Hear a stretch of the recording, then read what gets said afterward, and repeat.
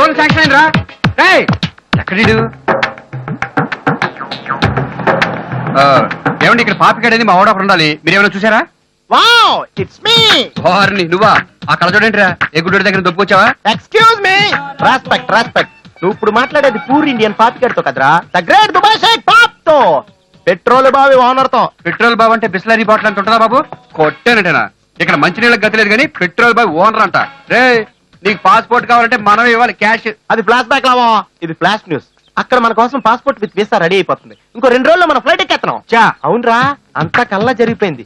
ఒక పార్టీ పాస్పోర్ట్లు ఇప్పించి పని కోసం దుబాయ్ పంపిస్తున్నారని తెలిసింది. అక్కడికి వెళ్ళాను, కానీ అక్కడ ఓన్లీ ఆడవాళ్ళకి మాత్రమే ఛాన్స్ అంట.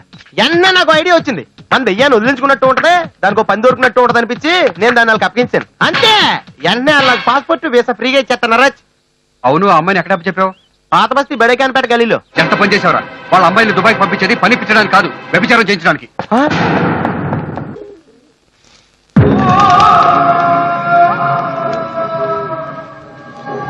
హలో, నమస్తే. నమస్తే బొంబాయి సేటు.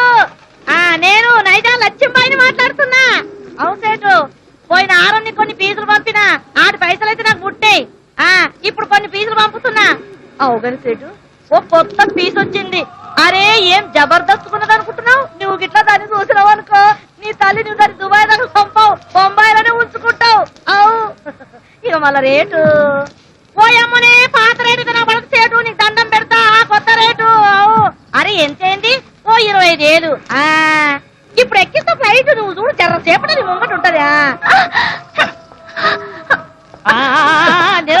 సంపుతా నిలవడా నీ తల్లి. అరే పారని పోయే ఛాన్స్ వచ్చింది, సంపాదించుకుని లైఫ్ లో సెటిల్ అయిపోతావు అనుకుంటే ఏమో నీలుగుతున్నావు. నీలుగుడు సంపుతా. నా దగ్గర 20 నకరాలు. నువ్వేంద్రా నా మొహం చూస్తున్నావు? అరే గుజుమా నీ తల్లి, గుజుమా.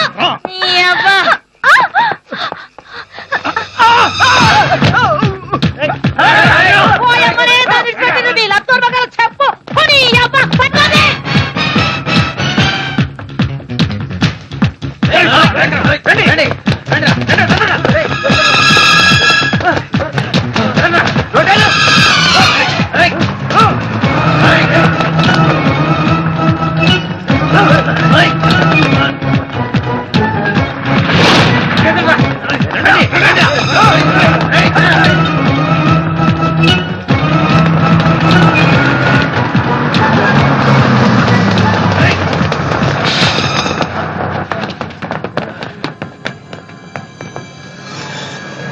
వెతకండి రా.